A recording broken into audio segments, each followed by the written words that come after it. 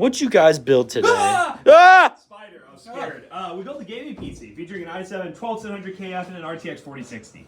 Go over these other specs. We got an ASRock Z690M Phantom Gaming 4, a Team Group MP44L 1TB Gen 4 SSD, Mushkin Redline DDR4 16 gigs of white 3200 MHz DDR4 RAM, a power spec 650 watt 80 plus bronze semi-modular white, ID cooling PinkFlow 240 with 4 pink ARGB ID cooling fans inside of the VTrue M03 white. So a nice white and pink themed build. This thing looks absolutely sick. Would you rock this build at home for $1250? You can buy this PC and Mini. There's over at PCBros.tech. Use code TwistBros2 and checkout. Save 2% of your next purchase.